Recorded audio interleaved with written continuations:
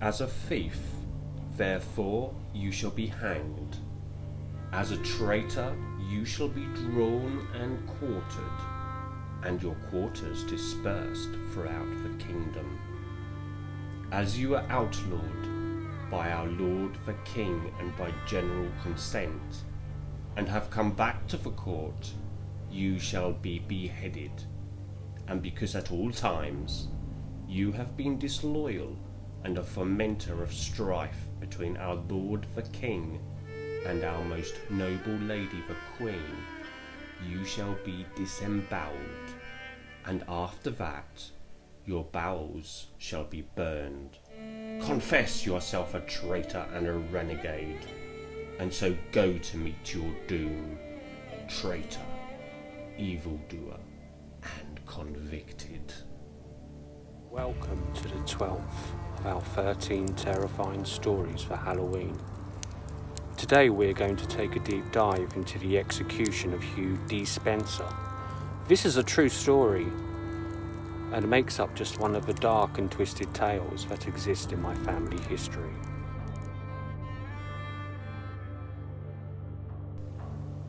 Hugh Despenser the Younger was titled First Lord Despenser and born in 1286. He was the son and heir of Hugh Lee Despenser, Earl of Winchester, and Isabella, daughter of William, 9th Earl of Warwick. He rose to national prominence as Royal Chamberlain and a favourite of Edward II of England. A series of subsequent controversies eventually led to his being hanged, drawn and quartered. He is believed to have been the lover of King Edward II, as so too was Pierre Gaveston, 1st Earl of Cornwall. The Despenser family had fallen from power by 1326, following the Civil War, the Despenser War. The trigger for the conflict was the tension between many of the barons and the Despenser family. Hugh Despenser the Elder had served both Edward and his father, while Hugh Despenser the Younger had married into the wealthy De Clare family. He became the King's Chamberlain and acquired Glamorgan in the Welsh Marches in 1317.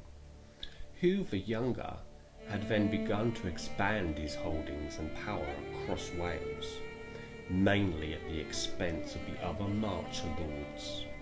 The Earl of Lancaster and the Despensers were fierce enemies. The Lancasters' antipathy was shared by most of the Despensers' neighbours, including the Earl of Hereford, the Mortimer family, and the recently elevated Hugh Audley and Roger de Moray. Edward, however, increasingly relied on the Despensers for advice and support, and he was particularly close to Hugh the Younger, whom, one chronicler noted, he loved dearly with all his heart and mind. The Despenser family had lost this war, and as a consequence, Hugh Despenser the Younger and his father, Hugh Despenser the Elder, 1st Earl of Winchester, were executed for treason, and King Edward II had abdicated his throne. Hugh the Elder was executed on the 27th of October, 1326. He was hanged immediately in his armour at Bristol. He was then beheaded, and his body cut into pieces for the dogs. His head was sent for display to Winchester, which had supported King Edward II.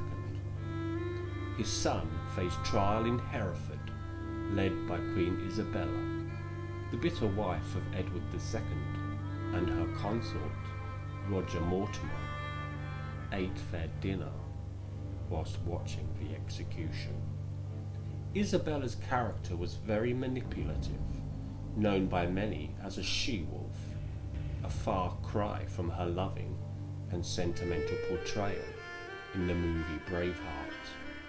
Isabella was outraged by Hugh Despenser the Younger and perhaps in particular his relationship with King Edward II.